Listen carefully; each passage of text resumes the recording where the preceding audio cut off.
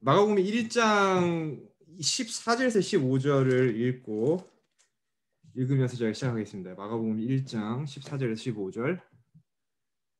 요한이 잡힌 후 예수께서 갈릴리에 오셔서 하나님의 복음을 전파하여 가라사대 때가 찼고 하나님 나라가 가까웠으니 회개하고 복음을 믿으라 하시더라. 자, 14절 15절 보면은 요한이 잡힌 후에 예수님께서 갈릴리에 오셨다라고 말을 하면서 시작이 돼요. 그러면서 15절을 보면 예수님께서 이제 하나님의 나라 회개하라 천국이 가까웠다라는 말씀을 전하시는지 요한의 그 기별하고 똑같죠. 요한도 똑같은 기별을 전했으니까. 자, 근데 14절에 요한이 잡힌 후 예수께서 갈릴리에 오셨다 이루고 있어요. 지금 저희가 이 장면은 사실 지금 저희가 계속 봤던 장면 있잖아요. 요한복음에서 가나 혼인잔치 받고 니고데모 받고 사마리아 여인 받고 그 다음에 이제 베데스다 받고 이쯤이에요. 이쯤에 이제 요한이 잡힌 후 예수께서 갈릴리 오셨다라고 말을 하고 있는데 이 전의 절을 한번 보세요. 13절인데 13절을 황석주 집사님 한번 읽어주실래요? 13절. 광야에서 40일을 계셔서 사단에게 시험을 받으시며 들짐승과 함께 계시니 천사들이 수중 들더라. 예, 감사합니다. 자, 여기 보니까 다시 14절에 보면은 요한이 잡힌 후라고 말을 하고 있고 13절에 보니까 광야를 말하고 있어요. 그러니까 지금 이 성경절로만 우리가 쭉 이해를 한다면은 예수님께서 광야에서 나오시고 곧바로 어떤 사건이 있었던 거예요? 14절에 요한이 잡힌 사건이 있었던 거죠. 그러니까 예수님께서 오시고 요한이 바로 잡힌 굉장히 이제 사건의 전개가 빨라 보이는 이제 그런 장면인데 사실은 이래요. 요한복음 1장 29절을 한번 가보시면은 이제 요한이 발언을 하잖아요. 요한복음 1장 29절. 뭐 이거는 다 아는 성경 구절인데 이틀날 요한 예수께서 자기에게 나오심을 보고 가로되 보라 세상 죄를 지고 나는 하나님의 어린 양이로다. 굉장히 유명한 성경 구절이죠. 이것을 요한이 예수님께서 사실 광야에서 나오신 뒤에 지적하는 내용이에요. 이제 정확한 시간 순서는 그렇습니다. 그래서 요한이 이제 예수님께서 굉장히 변하신 모습을 보고 깜짝 놀랐거든요. 광야에서 40일 동안 죽으셨으니까. 하지만 그럼에도 불구하고 예수님에게 그 전에는 볼 수 없었던 다른 것을 보십니다. 다른 거를 봅니다. 요한이 그걸 뭐냐면은 바로 유혹과 죄를 이기신 그 흔적을 보는데, 그러니까 예수님께서 광야에서 나오시고 요한이 바로 잡혀간 게 아니죠. 지금 요한복음에 의하면은 왜냐면은 둘이 마주쳤잖아요. 예수님께서 광야에 나오신 뒤로 조금 더 가보면 이렇습니다. 3장 가보세요. 요한복음 3장 22절에서 24절. 요한복음 3장 22절에서 24절. 그것을 이행현 집사님 한번 읽어주실래요? 이후에 예수께서 제자들과 유대 땅으로 가서 거기 함께 유하시며 침례를 주시더라. 요한도 살렘 가까운 에논에서 침례를 주니 거기 물들이 많음이라 사람들이 와서 침례를 받더라. 예, 감사합니다. 자, 여기 보니까 지금 요한이 침례를 주는 장면이 나오는데 22절에 예수님도 침례를 줘요. 그러면서 24절에 어떻게 그것을 결을 맺냐면은 요한이 아직 옥에 갇히지 아니하더라라고 결론을 맺어요. 그러니까 지금 예수님께서 광야에 나오시고 요한과 한번 마주치시고 그 다음에 요한이 침례를 주고 있을 때 여전히 예수님이 22절에 의하면은 유대 땅에 계시면서 침례를 주었는데 24절에 의하면은 이때는 아직 요한이 옥에 갇히지 아니하던 때였다라고 말을 하고 있어요. 굉장히 중요한 사실인데 왜냐면은 예수님이 침례를 준 것과 요한이 침례를 준 게 겹친다는 거예요. 그러니까 둘이 겹치는 기간이 있어요. 그러니까 예수님께서 광야에서 나오시고 요한이 마가복음에 의하면은 마치 사건의 전개가 광야에서 나오시고 요한이 바로 옥에 들어가는 장면처럼 전개되어 있는데 그러니까 13절 광야에서 나오신 장면과 14절 요한이 잡힌 장면 그 사이가 어마어마한 거예요. 뭐냐면은 사실 둘이 사역에 겹치는 때가 있었다라는 것이죠. 이게 중요한 이유가 있는데 이것을 저희가 살펴보는 이유가 이제 이거예요. 계속 가보시겠습니다. 자, 이때에 문제가 생겨요.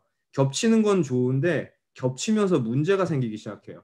35절, 죄송합니다. 같은 장 요한복음 3장 25절 가보세요. 요한복음 3장 25절에서 26절. 김혜경 집사님 한번 읽어주실래요? 3장 25절에서 26절.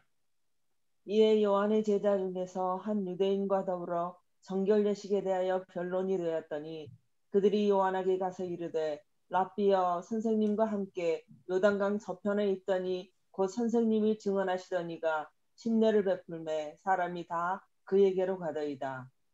예, 감사합니다. 여기 보니까 지금 요한에게 문제가 있는 게 아니에요. 요한의 제자들이 지금 유대인들과 변론을 하면서 이제 문제가 생겨요. 근데 이 문제의 원인이 뭐예요? 26절에 보니까 요단강 저편에 있을 때 같이 있었던 그 사람, 이 누구예요? 예수님이에요. 예수님에 대한 표현을 요한의 제자들이 굉장히 좀 비꼬아서 하고 있는데 저편에 있는 그 사람 이러면서 그러니까 요한의 제자들이 지금 문제가 생기는 이유가 뭐냐면은 사람들이 자기들한테 다 왔었는데 한때는 하나 둘씩 다른 데로 가기 시작하더니 이제는 이제 막 과반수가 다 떨어져 나간 거예요. 그래서 이유를 보았더니 자기들의 인기가 떨어진 이유가 다른 사람의 인기가 상승해서 그래요. 이게 누구냐면 예수님입니다. 그래서 25절과 26절에는 뭐가 나오냐면은 요한의 제자들과 예수님의 제자들의 갈등이 나오기 시작해요. 그렇죠? 자, 그런데 4장 1절 가보세요. 요한복음 4장 1절. 4장 1절. 강영미 집사님 한번 읽어주실래요? 예수께서 제자를 삼고 침례를 베푸시는 것이 요한보다 많다 하는 말을 바리새인들이 들은 줄을 주께서 아신지라. 감사합니다. 예, 보니까 이게 바리새인들이 이 모든 소식을 듣고 있어요, 지금. 요한이 인기가 많은 거는 이미 알고 있어요. 왜냐하면 생각을 해보세요. 사람들이 다 지금 예루살렘에 있는 성전, 회당에 와야 되잖아요. 근데 사람들이 안 오는 거예요, 갑자기 어느 날부터. 이 사람들의 원인을 살펴보니까 사람들이 회당과 성전에 오는 대신에 어디 가냐면 다 광야로 나가요. 다 강가로 나갑니다.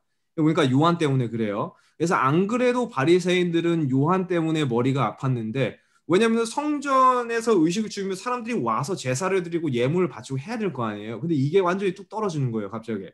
그래서 안 그래도 머리가 지금 아픈데 지금 어느 사람이 지금 갑자기 인기가 상승하기 시작해서 예수님이라는 사람이 갑자기 인기가 상승하기 시작한 거예요. 그러면서 바리새인들이 이제 파악을 하는 거죠. 요한의 제자들과 예수님의 제자들이 별로 사이가 좋지 않더라, 갈등의 관계더라라는 것을 바리새인들이 파악을 하면서 사실 이제 사내들인인데 이 사내들인이 둘의 관계를 이용하기 시작합니다. 이것을 계속 이용하기 시작해요. 왜냐하면 사내들인 입장에서 너무 편하죠. 안 그래도 요한은 싫어 죽겠고 그 요한을 대적할 만한 비등한 세력이 나타나는데 그건 바로 예수님이시고 그러니까 이 둘의 갈등 관계를 잘 이용하면은 어쩌면은 우리가 별로 노력하지 않고도 둘 다 죽어버릴 수도 있겠다. 그러니까 4장 1절에는 이제 바리새인들, 그러니까 사내들인이라는 다른 지금 세력, 원래부터 있었던 세력이죠. 세력이 이것을 좋은 기회로 삼을 수 있다라는 것을 저에게 말해주고 있는 거예요. 자, 그런데 지금 이거는 제자들의 입장이고, 그렇죠? 지금 요한의 제자들과 예수님의 제자들, 그 다음에 사내들인의 입장이고, 실제로 요한과 예수님의 관계는 이 사람들하고 완전히 달라요. 이게 중요한 내용인데 3장 30절 이 내용을 이영순 집사님 한번 읽어주실래요? 흥하여야 하겠고 나는 쇠하여야 하리라 하니라. 예, 감사합니다. 보니까 그는 흥하여야 하겠고 나는 쇠하여야 하리라 하니라. 이거 요한이 하는 발언이거든요. 그러니까 요한은 지금 자신과 예수님의 사역이 겹치잖아요. 이제 겹치면서 이런 갈등이 제자들 간에 그리고 사내들인 이렇게 세 부류들 간에 문제가 생기게 되는데 요한은 이 기회를 어떻게 사용하냐면은 갈등을 부추기는 기회를 사용하는 것이 아니라 30절에 보니까 그는 흥하여야 하겠고 그러니까 예수님을 가르치죠. 나는 쇠하여야 하리라. 그러니까 예수님에 대한 자기의 관계를 다시 한번 확증하는 거예요. 이 기회를 통해서. 예수님 한번 볼까요? 4장 1절. 이거 제가 읽겠습니다. 4장 1절에서부터 3절. 예수의 제자를 삼고 침례를 주는 것이 요한보다 많다 하는 말을 바리새인들이 들은 줄을 주께서 아신지라. 2절. 예수께서 친히 침례를 주신 것이 아니요 제자들이 준 것이야. 3절. 유대를 떠나서 다시 갈릴리로 가실세. 지금 요한복음 4장 1절에서 3절에 보면은 예수님께서 갈릴리로 떠나신 경위가 나와요. 예수님께서 갈릴리로 떠나신 이유가 뭐냐면은 지금 제자들 간에 이런 불화가 일어나고 사내들인이 또 개입해가지고 자꾸 와전시키려고 하니까 예수님께서 어떻게 하시는 거예요? 떠나시는 장면이에요. 그렇죠. 자, 그런데 이 전에 지금 뭐라고 해요? 요한이 나는 쇠하여야 그는 흥하여야 하였고 나는 쇠하여야 하라. 그죠? 요한이 스스로 낮아진다는데 지금 요한이 없어지는 게 아니라 누가 없어진 거예요? 더 높임을 받아야 되는 예수님이 사라지시는 거예요. 이 불화를 피하기 위해서. 근데 이게 이 둘의 관계예요. 지금 이 예수님과 요한의 관계인데 이게 이 둘의 관계가 뭐냐면은 요한이 항상 저희가 성경을 읽을 때 요한이 항상 예수님을 섬기는 장면이 나오잖아요. 그리고 저희가 읽었던 구절도 그는 흥하여야 하겠고, 그러니까 요한이 막 일방적으로 예수님을 섬기는 장면, 길을 예비하는 장면, 자기를 완전히 희생하는 장면처럼 이렇게 많이 묘사가 되고 그게 또 사실인데 사실 저희가 성경을 들여다보면은 지금 4장 1절에서 3절부터 나온 내용도 보면은 요한이 피하는 게 아니라 예수님이 스스로 피하세요. 갈릴리로 이 불화를 피하기 위해서. 그러니까 이 예수님과 요한의 관계가 정말 이게 중요한 관계인데 요한이 예수님을 일방적으로 섬기는 게 아니라 예수님도 요한을 섬기는 쌍방의 관계예요. 이게 일방적인 관계가 아닙니다. 그러니까 서로 섬기는 관계예요. 누구 하나가 이 한쪽을 계속 이렇게 퍼주고 섬기는 관계가 아니라 서로 섬기는 관계라는 것이죠. 요한은 예수님을 끊임없이 높이고 예수님은 이런 불화를 통해 가지고 먼저 예수님께서 누가 시키지도 않았는데 자원하셔서 먼저 지금 가시는 그런 장면. 그러니까 서로 섬기는 관계예요. 예수님과 요한은. 그래가지고 예수님과 요한의 겹치는 부분을 이 겹친다고 했잖아요. 사역이 이 광야에서 예수님께서 오셔가지고 바로 요한이 옥에 들어가는 게 아니라 둘의 사역이 사실 좀 겹치고 이제 나중에 요한이 옥에 들어가는데 그래서 겹치는 장면을 중요한 게 이래서 중요해요. 보는 게 이래서 중요해요. 왜냐면은 이 겹치는 장면에서 서로의 관계가 다시 한번 확인이 되거든요. 이 세력이 요한이 예수님을 일방적으로 섬기는 관계가 아니었다. 사실은 서로 섬기는 관계였다. 이것을 토대로 이 구절을 다시 한번 읽어볼게요. 마가복음 1장으로 다시 가보세요. 마가복음 1장 14절에서 15절. 마가복음 1장 14절에서 15절. 김현미 집사님 한번 읽어주실래요? 마가복음 1장 14절에서 15절. 요한이 잡힌 후 예수께서 갈릴리에 오셔서 하나님의 복음을 전파하여 가라사대 때가 찼고 하나님 나라가 가까웠으니 회개하고 복음을 믿으라 하시더라. 예, 감사합니다. 여기 보니까 요한이 잡힌 후 예수님께서 갈릴리로 오셔서 자, 지금 저희가 봤던 예수님과 요한의 관계는 서로 섬기는 관계잖아요. 이것을 몰랐을 때는 이 구절이 그렇게 와닿지 않았어요. 그렇죠? 왜냐하면은 요한이 당연히 예수님을 섬겼고 그러므로 통해서 요한이 옥에 갇혔고 뭐 예수님이 요한을 섬긴 게 아니잖아요. 요한이 예수님을 섬겼으니까. 그런데 알고 보면 그게 아니었다는 거죠. 저희가 확인했다시피 서로 섬기는 관계였는데 그런데 요한이 지금 잡혔어요. 그러면은요 저희한테 드는 생각은 무엇이냐면은 요한이 잡힌 후 예수께서 갈릴리로 가시니 나오면 안 되고 뭐가 나와야 돼요? 요한이 잡힌 후 예수께서 요한에게 가셨다고 나와야죠. 왜냐면은 요한이 예수님을 일방적으로 섬긴 게 아니라 서로 섬기는 관계였잖아요. 그러니까 저희가 봐도 지금 이 구절 하나가 만족스럽지 않은데 제자들, 그 당시 이 상황을 경험하고 있는 제자들이 보았을 때는 얼마나 더 이해가 가지 않겠어요. 자, 그래가지고 요한도 심지어 이런 질문을 해요. 나중에 누가복음 7장 가보세요. 누가복음 7장 18절에서 20절. 누가복음 7장 18절에서 20절. 그것을 황석주 집사님 한 번 더 읽어주실래요? 요한의 제자들이 이 모든 일을 그에게 고하니 요한이 그 제자 중 둘을 불러 주께 보내어 가로되 오실 그이가 당신이오니까 우리가 다른 일을 기다리오리까 하라 하매 저희가 예수께 나와 가로되 침례 요한이 우리를 보내어 당신께 말하기를 오실 그이가 당신이오니까 우리가 다른 일을 기다리오리까 하더이다 하니. 예, 감사합니다. 굉장히 충격적인 발언이에요. 지금 요한이 이제 옥에 갇혔는데 요한은 그의 온 생애를 바쳐가지고 예수님을 위해서 산 사람이잖아요. 모든 것을 예수님 위해서 증거를 했고 침례를 준 것도 예수님의 길을 준비하기 위해서 한 것이고 근데 요한이 지금 옥에 갇힌 얼마 뒤에 무슨 말을 전해요? 다른 일을 기다리오리까. 굉장히 충격적인 발언입니다. 그러니까 침례 요한이 왜 이럴까요? 요한복음 3장으로 가보세요. 요한복음 3장 32절. 여기 보니까 그가 그 보고 들은 것을 증거하되 그의 증거를 받는 이가 없도다. 지금 이거 요한이 하는 말이거든요. 침례 요한이 하는 말인데 침례 요한이 예수님에 대한 발언을 하면서 32절에 예수님께서는 보고 들은 것을 증거하는 것인데 다른 말로 뭐예요? 예수님께서 없는 거 만들어낸 게 아니라 진짜로 있는 거 예수님께서 진짜로 경험하시고 있었던 그 하늘의 영원한 사물들을 사람들에게 말씀을 해 주신 것인데 그 다음에 뭐라고 말해요? 그의 증거를 받는 이가 없다. 그러니까 믿는 사람이 왜 이렇게 없냐 이거예요. 예수님은 진짜 말씀을 하시는 건데 지어내는 것도 아니고 왜 이렇게 사람들이 안 믿냐. 이걸 침례 요한이 하는 말이거든요. 그러니까 침례 요한이 예수님께서 하시는 모든 말씀들을 사람들이 생각보다 반응하지 않는다는 것을 알고 있었어요. 이미 옥에 갇히기 전이거든요. 이거는.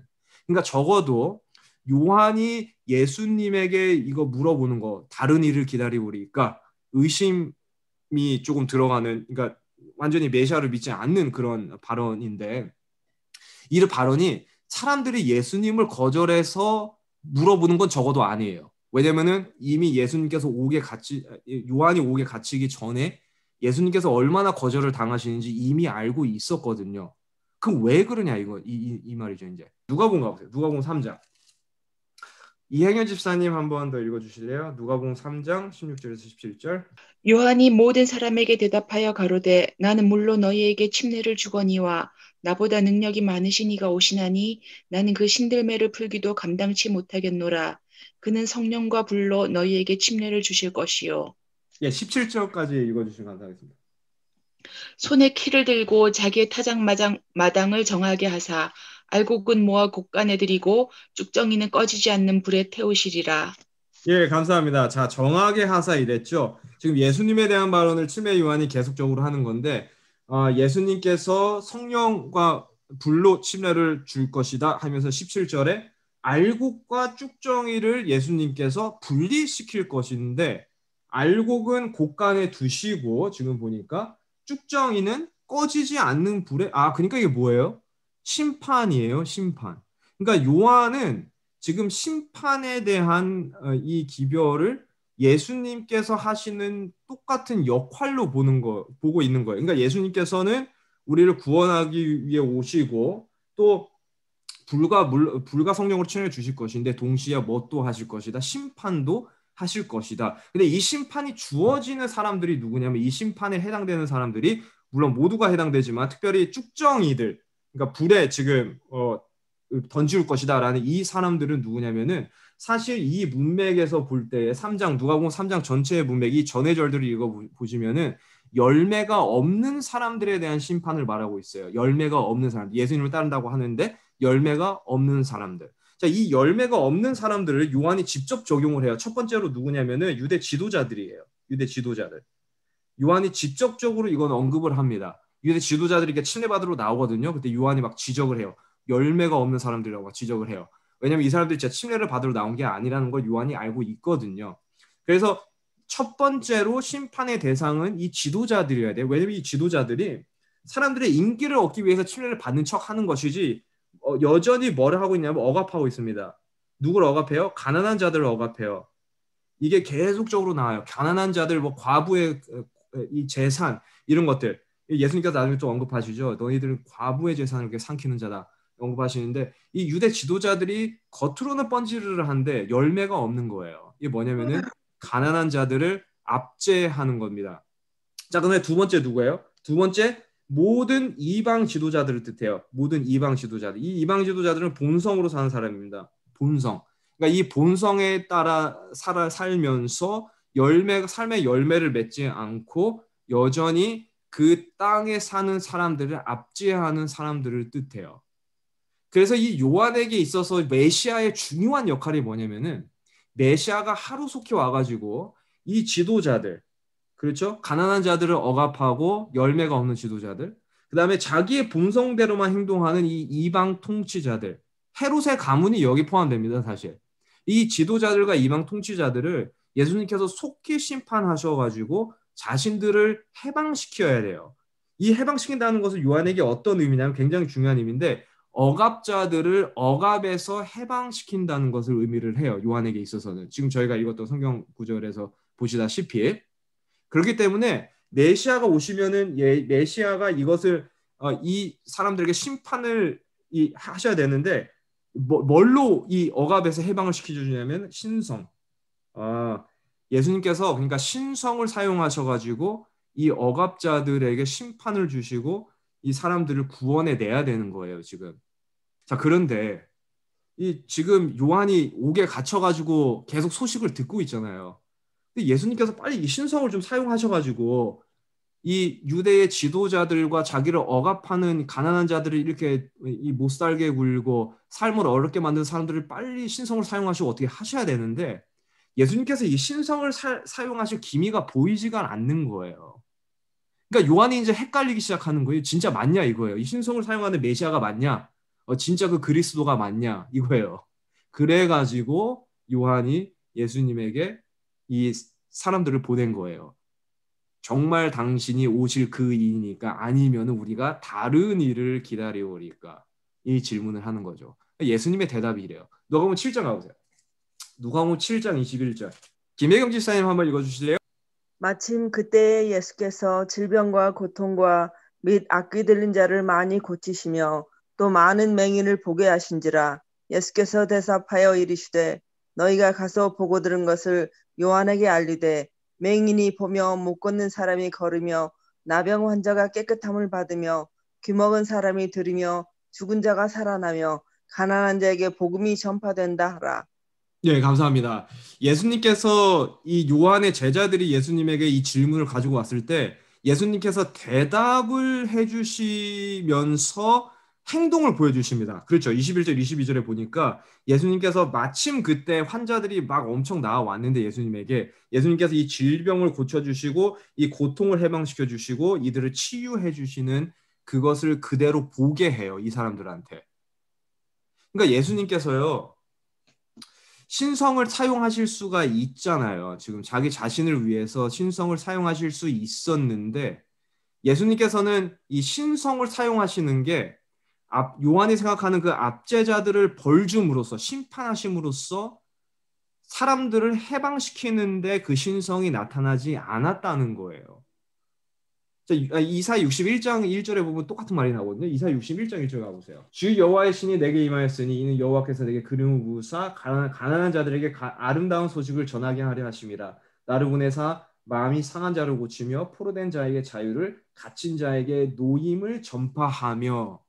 이게 지금 예수님께서 누가복음 7장에서 하신 사역과 일치합니다. 그렇죠. 질병에 걸린 자들을 고쳐주시고 가난한 자들을 해방시켜 주시고 그들에게 치유와 죄에서의 해방을 주시는 거예요. 그래서 예수님의 신성은요. 저희가 잘 알다시피 예수님의 신성은 예수님께서 압제자들을 해방하는 데 사용하시는 데 나타나지 않으셨고 예수님께서는 인류의 필요를 채워주는 데 나타났어요. 이 신성을 이때 사용하시는 거예요. 그러니까 죄로 인해서 영혼이 썩어져 가고 지금 육신의 사람들이 썩어져 가는데 죄 때문에 이 사람들을 위해서 신성을 예수님께서 지금 사용하시는 걸 그대로 요한의 제자들에게 보여주시는 거예요. 그래서 이 예수님의 신성이 아름다운 이유가 있어요. 예수님의 신성이 아름다운 이유가 뭐냐면은 예수님께서 자신을 위해서 이 신성을 사용하실 수 있으셨거든요. 뭐냐면 예수님께서 이 신성을 정말 압제자들을 위해서 사용하셔가지고 그 위에 군림하실 수 있으셨어요. 감히 어디서 가난한 자들을 괴롭혀 이렇게 신성을 한 번만 사용하시면은 한 번만 번쩍이면은 바로 거기 위에 군림하실 수 있으신데 예수님께서 이 신성을 자기의 군림을 위해서 사용하실 수 있으셨던 상황에서 예수님께서 이 신성을 하나님의 나라와 다른 사람의 유익을 위해서 사용하셨다는 거예요. 이게 바로 그 신성의 아름다움이에요. 예수님은 자기의 유익을 위해서 자기 자신을 위해서 신성을 사용하지 않으셨다. 그 능력이 있으신 하나님이신데 그러지 않으셨다. 대신 예수님께서는 정말 필요한 사람들을 위해서 하나님의 나라와 그 사람들의 유익을 위해서 사용하셨다라는 것이죠. 이게 사랑의 중요한 속성입니다. 사랑의 중요한 속성인데요. 잘 들어보세요. 사랑의 중요한 속성이 뭐냐면은 예수님께서 자기의 신성을 자신을 위해서 사용하지 않으셨잖아요. 이게 뭐냐면은 자신을 버린 거예요, 완전히. 근데 예수님께서 이 신성을 누구를 위해서 사용하세요? 오직 다른 사람들의 유익을 위해서 사용하시잖아요. 이게 무슨 말이냐면은 예수님께서는 사랑하는 대상은 버리지 않으신다는 거예요. 다른 이 사랑의 중요한 속성을 다른 말로 한마디로 정리를 하자면은 이 사랑은 나를 버릴지언정 내가 사랑하는 대상은 버리지 않습니다. 이 예수님이었어요. 근데 예수님께서 이 사랑의 속성이 요한에게도 있었다라고 지적을 하세요. 누가복음 7장 26절 가보세요. 강영미 집사님 한번 읽어주실래요? 그러면 너희가 무엇을 보려고 나갔더냐? 선지자냐? 옳다. 내가 너희에게 이르노니 선지자보다도 훌륭한 자니라. 예, 감사합니다. 지금 그 번역에서는 훌륭한 자라고 잘 번역을 했습니다. 지금 제 번역에서는 선지자보다 나은 자니라, 뭐 똑같은 말이지만 지금 여기 누구에 대한 표현이에요? 침례 요한에 대한 표현이에요. 지금 침례 요한의 제자들이 왔잖아요, 예수님한테. 그리고 예수님께서 보여줬잖아요. 너희가 신성을 내가 사용하기를 원하는 거 아는데 내가 나 자신을 위해 사용하지 않고 오직 이 사람들을 위해서 내가 신성을 사용했다. 지금 보여주셨잖아요. 그리고 이 사람들이 그것을 보고 듣고 그대로 가지고 요한한테 떠나요. 그러고 나서 예수님께서 침례 요한에 대한 발언을 계속 하십니다. 그러면서 26절에 침례 요한은 선지자보다도 더 나은 사람이다 이래요. 왜 그럴까요? 자, 요한복음 10장 가보세요. 요한복음 10장 41절. 김혜경 집사님 한번 읽어주실래요? 10장 41절. 많은 사람이 왔다가 말하되 요한은 아무 표적도 행하지 아니하였으나 요한이 이 사람을 가리켜 말한 것은 다 참이라 하더라. 예, 감사합니다. 와, 지금 이거 요한이 죽은 다음에 사람들이 하는 발언이에요. 이미 죽었습니다, 요한이 이제. 여기 보니까 요한이 이적을 한번 행했대요. 사람들의 발언에 의하면은 한 번도 이적을 행한 일이 없대요. 사람들이 그렇게 말을 해요. 지금 2절에서. 그렇죠. 그러니까 요한은 엘리야처럼 아주 멋지게 하늘에서 불을 내리게 한 적도 한 번도 없었고 모세처럼 멋지게 지팡이로 막 물을 때리니까 물이 갈라진 적도 없었고 이적을 막 한 번도 행한 적이 없는데 그런데 사람들이 뭐라고 해요? 와, 그런데 이 요한이 예수님에 대한 말이 참이더라라고 말을 하고 있어요. 이게 무슨 말이냐면은 요한이 이적을 행하는 능력이 주어지지 않았지만은 한 번도 자신을 완전히 버려가지고 오실 의의 유익을 위해서 살았다는 거예요. 그래서 이 구절이 그것을 증명을 해요. 지금 여기서 하는 말이 41절에 다시 마지막 부분을 보시면 요한이 이 사람을 가리켜 말한 것이 다 참이, 이 사람은 예수님이거든요. 이 사람을 가리켜 말한 것이 다 참이라 하더라. 그러니까 사람들이 요한을 통해서 요한을 믿는 게 아니라 누굴 믿어요? 예수님을 믿는 거예요. 그러니까 요한은 자신을 완전히 버려가지고 예수님을 믿게 한 사람이에요. 이 사랑의 속성이죠. 사랑의 속성이에요. 사랑의 속성은 다시 말씀드리지만 자신은 버리는데 사랑하는 대상은 버리지 않습니다. 사랑하는 대상을 위해서 모든 것을 다 쏟는 게 사랑의 속성이에요. 요한이 감옥에서 이 증언을 들어요. 이 제자들이 이제 가지고 오잖아요. 이렇게 우리가 이런 걸 봤다. 예수님께서 막 고치시고 이런 걸 봤다. 이 증언을 듣고 가지고 와요. 요한이 그걸 듣습니다. 사랑은 버리지 않아요. 다시 말씀드리지만 요한이 그걸 깨달아요. 사랑은 버리지 않구나. 그래서 요한은 자기가 차가운 옥에서 지금 홀로 지금 생활을 하고 있는데 언제 죽을지 모르는데 요한은 그 옥에서도 자신이 홀로 버림받지 않았다는 것을 깨닫습니다. 시대소망 224페이지에 이런 말씀이 있어요. 제가 그냥 짧게 읽겠습니다. 요한에게 기적적인 구출은 허락되지 않았을지라도 그는 버림을 당하지 않았다. 그에게는 항상 하늘의 천사들이 동무가 되어 주었다. 이렇게 말을 하고 있어요. 요한은 정말 맞습니다. 기적적으로 구출당한 적이 한 번도 없어요. 그런데 요한은 버림을 당한 적도 한 번도 없습니다. 사람들이 예수님께서 지금 이 마가복음 1장 15절에 14절에 의하면은 14절 15절에 의하면은 예수님께서 요한이 옥에 갇히고 갈릴리로 갔다고 하잖아요. 사람들이 이걸 보고 너무 실망을 많이 해요. 요한인데, 다른 사람도 아니고 요한인데 예수님께서 어떻게 갈릴리로 가시냐는 거죠. 아무 일도 없는 것처럼, 전혀 자기하고 상관없는 것처럼.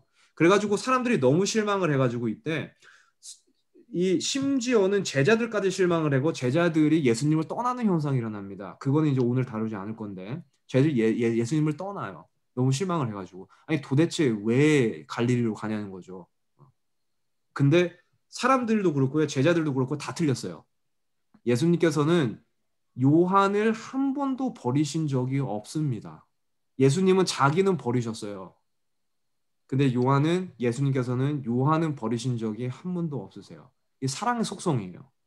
자기는 버릴지언정 사랑하는 대상은 버리지 않습니다. 로마서 8장 가보세요. 사실 오늘의 마지막 구절입니다. 로마서 8장 35절. 누가 우리를 그리스도의 사랑에서 끊으리요? 환난이나 공고나 핍박이나 기근이나 적신이나 위험이나 칼이랴.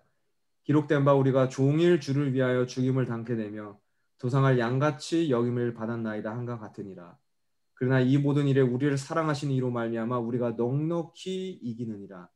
내가 확신하노니 사망이나 생명이나 천사들이나 권세자들이나 현재일이나 장래일이나 능력이나 높음이나 기쁨이나 다른 아무 피조물이라도 우리를 우리 주 그리스도 예수 안에 있는 하나님의 사랑에서 끊을 수 없으리라.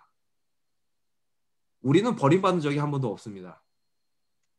사랑의 속성을 다시 한번 말씀드리면은 사랑은 자신을 버릴지언정 사랑하는 대상을 버리지 않습니다. 우리는 버림받은 적이 한 번도 없어요. 예수님이 버림받은 적은 많습니다. 하지만 예수님이 우리를 버린 적은 한 번도 없습니다. 이 사실을 오늘 기억하시면서 잠자리에 드시면 좋을 것 같아요. 자, 오늘의 결론입니다.